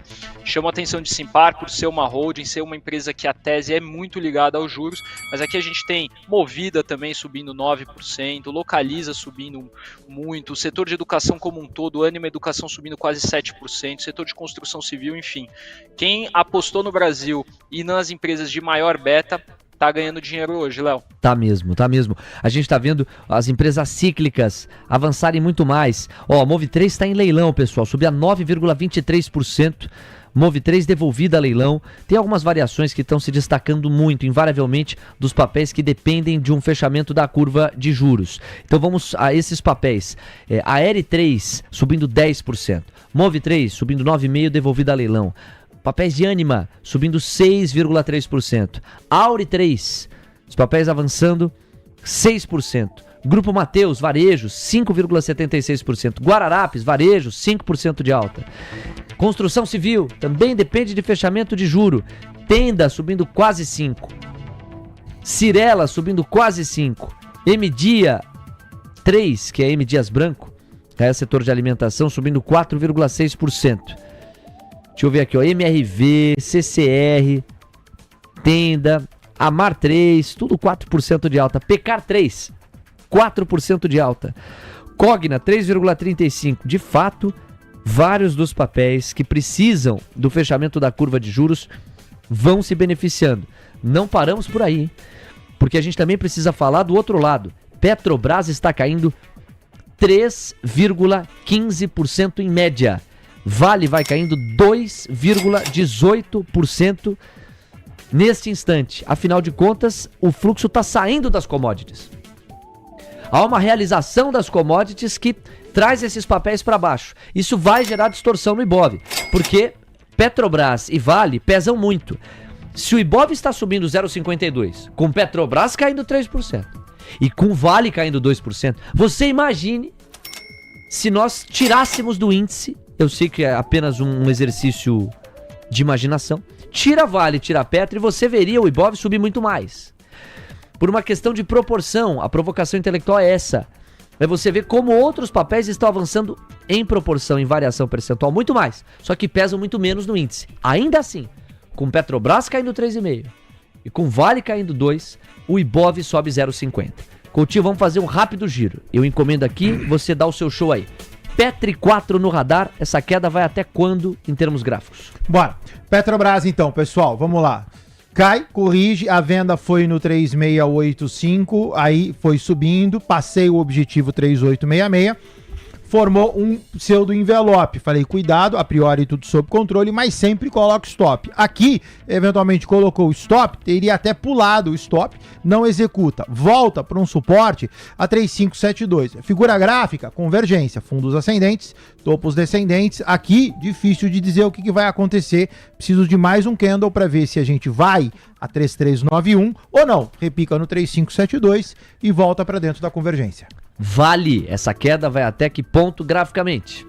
Vale 3, dentro do canal de alta, a priori tudo sob controle. Respondendo à pergunta do Léo, o suporte dessa movimentação é R$ 54,80. O ativo cota 5561 teria aí próximo de R$1 ainda de queda para poder pegar e repicar. A priori mantém a alta, não em detrimento da baixa do dia de hoje. Magalu corre solta, vamos para a ponta vencedora num dia como hoje. MGLU3 avançando 4,5% praticamente a 11,66. Falemos dela, Coutinho. Objetivo no 1,89, cota no 1,67, tá próximo. Essa terceira linha eu já tenho outro FIBO a ser traçado, então na verdade Magalu pode ir mais além ainda. Então chegando no 11,89, observa, próximo ponto de Magalu é 13,45. 10 horas 38 minutos, B3, máxima intradiária, avança 3,30% e o raciocínio também não é tão difícil. O fechamento maior da curva, a atração de maior fluxo para a bolsa, B3 acaba a reboque se beneficiando também disso, 3,22%, 12,82 é o preço, o Coutinho fala. Sobe, lateraliza, sobe, bonitão, aguarda romper 12,84, objetivo 14,52, quem tá comprado tá bem comprado, acima de 13 compras a critério, leva a 14,52. O meu profundo agradecimento a praticamente 3 mil pessoas que estão conosco. Mais de 1.500 likes, eu nem consegui convocar like. Se a gente fizer uma força aí, bate 2.000, ó, assim. Você que ainda não deixou o like, deixa o seu like aí do outro lado, nos ajuda muito a entregar o conteúdo para mais pessoas. Você que não deixou ainda a sua resposta para a enquete, você que ainda não escreveu algum comentário no chat, quanto mais ferramentas de engajamento a gente tiver, maior o alcance do nosso conteúdo. E você que não conhecia o canal, se inscreve aí, certamente você conhece outros traders. É uma atuação mais solitária, mas ainda assim a gente sempre conhece alguém que atua dentro do segmento. Pega o link, lança lá.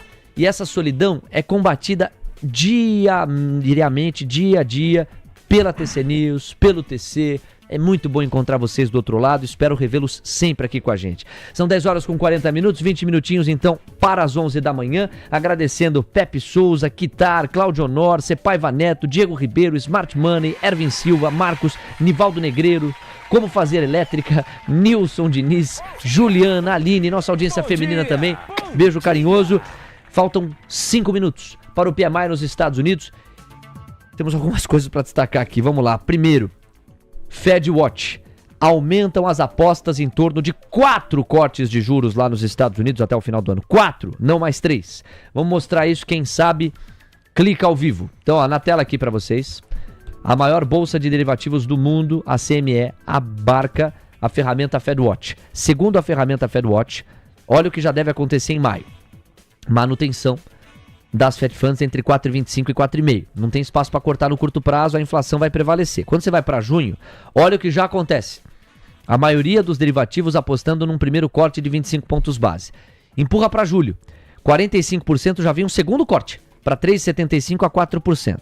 Em setembro, a gente vê a maior parte das projeções ou entre 3,75% e 4%, ou já entre 3,5% e 3,75%, já um terceiro corte. Quando você vai para outubro, o terceiro corte fica na cara. 37% acham que estaremos lá entre 3,5% e 3,75%. E quando você vai para dezembro, olha o que acontece, a maioria já aposta em 3,25% a 3,5%. Seria um quarto corte de 25 pontos base até o final do ano. Portanto, 100 pontos base a menos para as Fed Funds, atualmente entre 4,25% e 4,5%. Esse é o primeiro destaque que a gente tem para trazer para vocês. O segundo destaque passa pela movimentação dos ativos aqui no Brasil. Quem está com a prancha no peito e pegou a onda que a gente está narrando desde o primeiro minuto aqui, já está surfando. Essa rotação para varejo, para construção civil, Magalu não para de buscar máximas, curva de juros vai fechando até 30 pontos base. 30 pontos base a menos, dependendo do vértice, sobretudo na ponta curta. Dólar afundando, 1,66% de recuo, R$ 5,627. E o Ibovespa buscando máxima, 131.935 pontos. Os 132 mil pontos moram logo ali. O roteiro dramático para quem está comprado nos Estados Unidos vira roteiro entusiasmado para quem está comprado no Brasil. Vamos para o segundo ponto. O primeiro foi a FedWatch. O segundo ponto passa pelo leilão do Tesouro, ponta da oferta. Camila Nascimento já abasteceu a nossa tabela. Vamos dar uma olhada em como foi a estratégia do Tesouro para essa terça-feira, faltando 2 minutos para a PMI nos Estados Unidos. Atenção, galera, bem importante monitorar. Tá na tela a partir de agora, então. Deixa eu compartilhar aqui. A ponta da oferta do leilão do Tesouro hoje. Lembrando que é leilão importante para o Tesouro. É leilão que toca em quê? Toca em pré-fixado. O que quer o Banco Central, ou o que quer o Tesouro, perdão, cada vez mais a dívida atrelada a pré-fixado. E cada vez menos a pós-fixado, já que a Selic não para de subir. Será que a gente vai ver uma mudança dessa estratégia a partir da semana que vem? Será que a desaceleração global mais precificada e o fechamento das curvas de juros pelo mundo em geral e no Brasil em particular pode fazer com que nós voltemos a ver mais LFTs sendo emitidas? Vamos conversar com o Alex sobre isso já? Olha, a gente ainda vê uma larga apresentação de oferta no leilão pré-fixado. LTNs para 25 foram 3 milhões de oferta, para 27, 6 milhões, para 29, 11 milhões, 11 milhões, para 2032, 1 milhão e meio. E as NTNFs, 1 milhão e meio de emissão para 2031, 1 milhão e meio de emissão para 2035. Muita atenção. Nós precisamos ver qual vai ser a disposição do mercado em absorver isso. E o RED que pode ser buscado na curva para limitar essa queda dos DIs, a fim de arbitrar a exposição aos pré-fixados, ok? Então, muita atenção nesse aspecto. E isso pode limitar também o destravamento das empresas cíclicas, que são justamente as mais beneficiadas até essa altura em função do fechamento da curva. 10h44, mudamos de novo de eixo. E a gente passa ou volta a olhar para os Estados Unidos. Camila Nascimento, apostos. Vem aí, PMI por lá. Vai girar o relógio, hein? Vamos ver o que o PMI vai revelar. Lembrando que às 10h45 a metodologia S&P Global e 11 da manhã a metodologia ISM. Sai a fotografia. Não deve ser uma foto que já abarca exatamente o fator tarifaço Trump, mas é uma foto para a qual a gente tem que olhar. Camila Nascimento, a informação, PMI no radar. Vamos lá, Léo, carregando aqui, olha só. Saiu o PMI de serviços, medido pela S&P Global nos Estados Unidos, em março ficou em 54,4 pontos, levemente acima da previsão de 54,2 e também levemente acima do dado anterior de 54,3 pontos. Já o PMI composto ficou em 53,5 pontos em março, em linha com a previsão e também estável em relação ao dado anterior, Léo. Portanto, basicamente, não temos notícia, certo, Cá? É muito próximo do consenso, ou exatamente como consenso, o que produzem PMI de serviços e PMI composto lá nos Estados Unidos. Vamos à repercussão imediata. Me parece que é um não evento, volta a ser um não evento, então todo o nosso protocolo aqui para trazer a informação e toda a nossa honestidade em reconhecer que não parece que isso é que vai fazer grande preço, largo preço, está muito mais pesada a digestão do tarifaço do Trump e das respostas internacionais a esse tarifaço. Tanto é assim que nós voltamos a ver um VIX encorpando em 24%, Os yields de 2 anos fechando 10 pontos base nessa busca de proteção em títulos do curto prazo. E o DXY que volta a cair mais de 2%.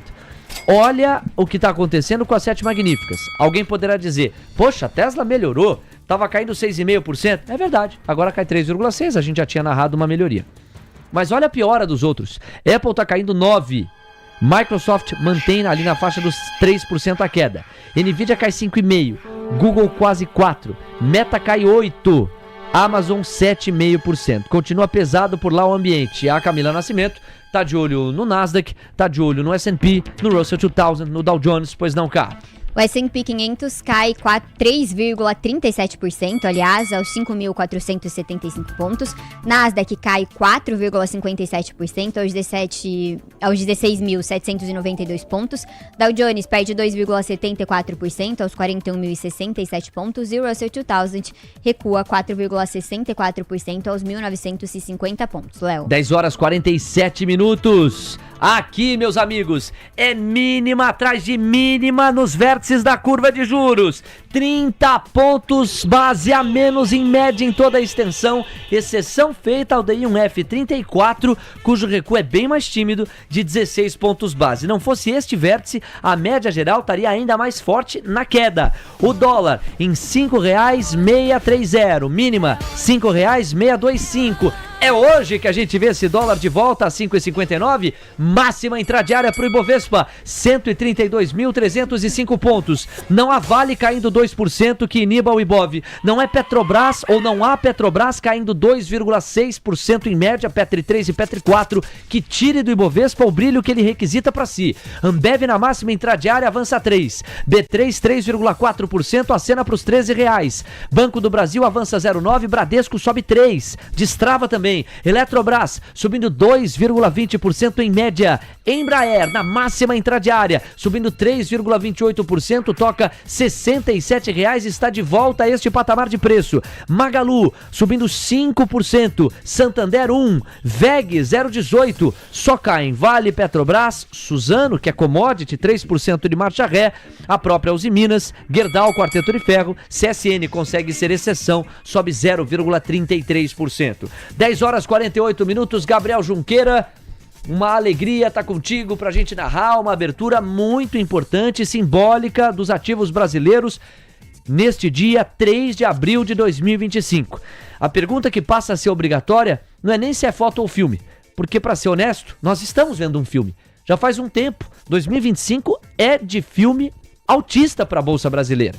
Então não é sobre se é foto ou filme, mas sobre se o filme tende a continuar. Por tudo que você organizou, me parece que sim no teu raciocínio. Exato, Léo. A gente está vendo uma rotação de fluxo para mercados emergentes muito forte. O Brasil ele tem mostrado que ele é um grande representante desse grupo de países e ele tem recebido grande parte desse fluxo. As empresas de pequena capitalização, né, as small caps, estão começando a subir. Tem muita empresa, Léo, que caiu mais de 90%.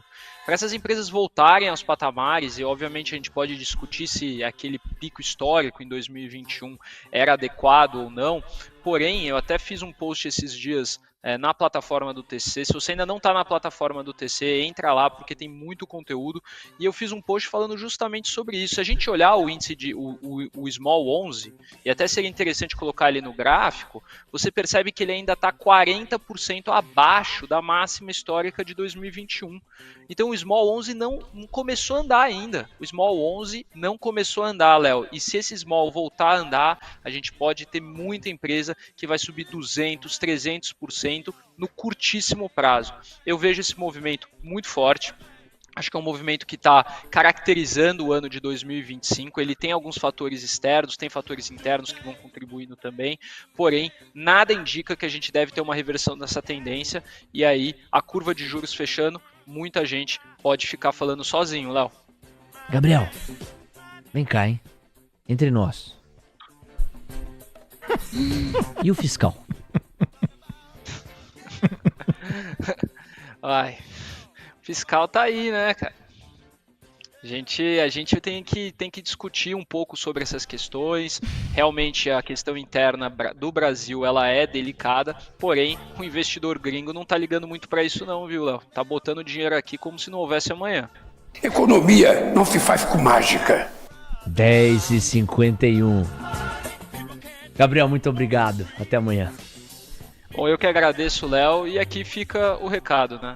Acreditem, 200 mil pontos tá logo ali, viu? Tá logo ali. Olha, Sérgio. Acreditem. Ô, Gabriel, se esse BOF bater 200 mil pontos até o final do ano, nós vamos fazer um troféu e entregar pro Sérgio.